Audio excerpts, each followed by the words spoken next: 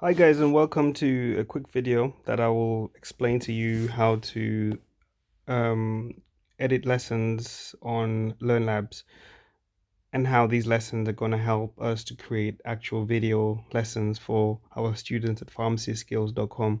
The first thing you want to do is log into your own account, because once you log into your own account, then all the work that you do is assigned to you and we can know exactly who did the work. That means we can give you the correct reimbursement. Once you've logged into your account, go to lessons on the left panel. Once you're on lessons, you see a table full of lots of lessons. There's 56 pages of lessons at the moment, and you want to filter down the lessons into topics. So, for example, I want to go to just cardiovascular system. I know there's 6 pages worth of lessons on the cardiovascular system. At least I know I'm just doing this one module. It just helps us to kind of track what we're doing a bit more better than just doing random lessons. So if you pick like cardiovascular system, and then all you do is simply click into the lessons, edit the content of the lesson, click save, and the lesson will be done. There's a convenient tracker on here to show you what aspects of the lessons have been done, what aspects of the lessons are still to be done. For example, if I look at the first lesson here, the text is done. Actually, for most lessons, the text is done. This is because the text is taken directly from the BNF, unedited, unengaging, uninspiring, doesn't really sound like a lesson. So this text done just means that we've got the text from the BNF. We still need to edit the text using AI, and I'll show you exactly how to do that. The next thing is we need to generate audio. Some lessons have audio, some don't. Listen to the audio. Some of this audio is very old audio. It sounds robotic, but we're using a new AI system to do the audio now. So we could generate a new audio by simply clicking a button, and it will sound a lot better. So just listen to the audio and see if the audio that's already there is good or bad. And then there's video, there's quiz, and then there's the scribe. I'll show you that right now. So let's click on one of the lessons. Let's go drug treatment for cardiovascular disease. This is a long, okay, this is a very long lesson. Let me not do that one. Pick something lighter. Um, Vaccines and pregnancy. How long it's, oh, that's perfect. So vaccines and pregnancy. The text here, as you can see, is coming directly from the BNF. It's got like brackets in there. It's got like websites and stuff like that. Stuff that needs to be cleaned up. The first thing you want to do is just click generate text. Don't worry, if you click generate text, usually it gives you a really good result, but sometimes it still has some stuff in there.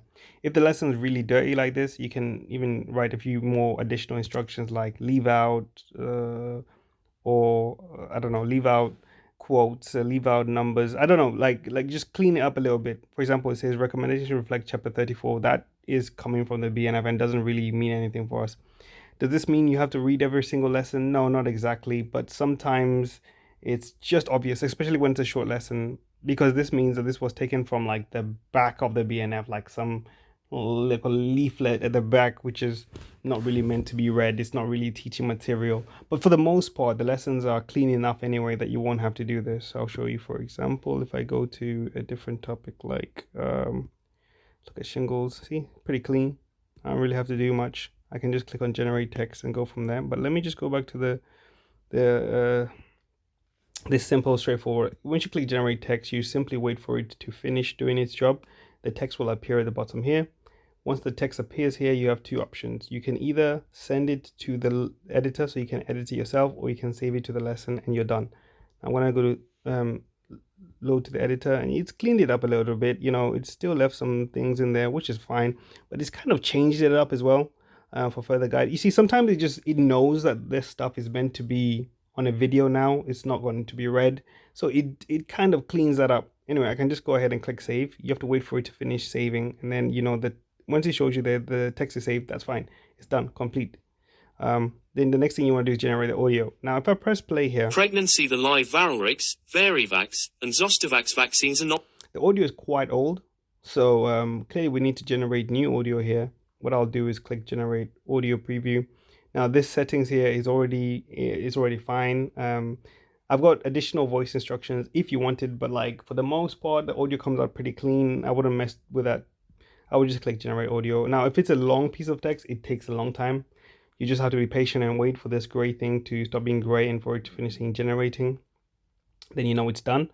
Once it's generated the audio, please click save. If you don't click save, it doesn't save the audio.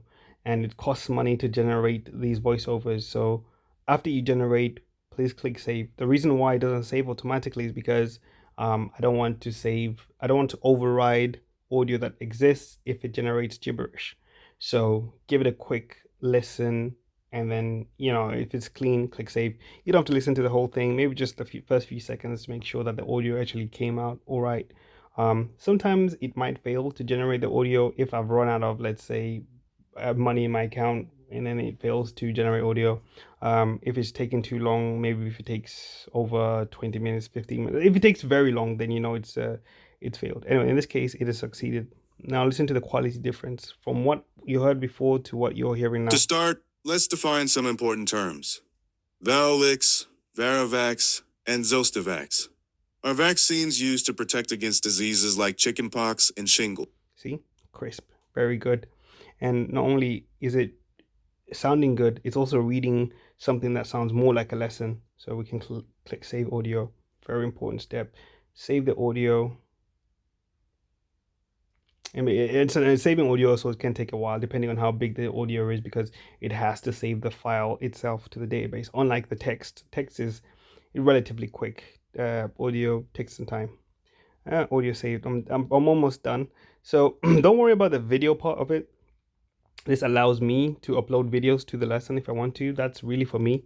What you need to do is generate the quiz. If it's a long piece of text, generate 3. If it's medium sized, generate 3 questions. If it's really long, you can generate more questions, up to 5, maybe 6, 7, 8, maybe even 10 if it's a really, really long piece of text. If it's really, really short, maybe just 1 question or 2 questions. You just use common sense and try to see how many questions do you think you can pull out of this. The pass mark is usually just 70%. The title, you don't have to touch that. As soon as you click generate, the AI will do its thing. It will read the text. It will generate a series of quizzes. As you can see here, it's got which of the following. It's got the correct answer. One thing I will say is delete the calc questions. Just do MCQ. So I will fix it so that it doesn't do any calc questions, but for now, just delete. If it says calc, just delete that type of question. To avoid it, what you can do is say only MCQ questions. So I can say only MCQ questions, and then click generate quiz. This time it should generate just MCQs without any calc questions. Calc are like calculation type questions, but generally, if we're talking about the BNF, we only want MCQ. We only want multiple choice questions. That's what MCQ stands for. You can add a question of your own, but obviously I don't think that's something that you're going to be doing. So once I've done that, I simply click save quiz, and the quiz has been saved permanently. So the quiz is saved, the audio is saved. So we've done 3 things.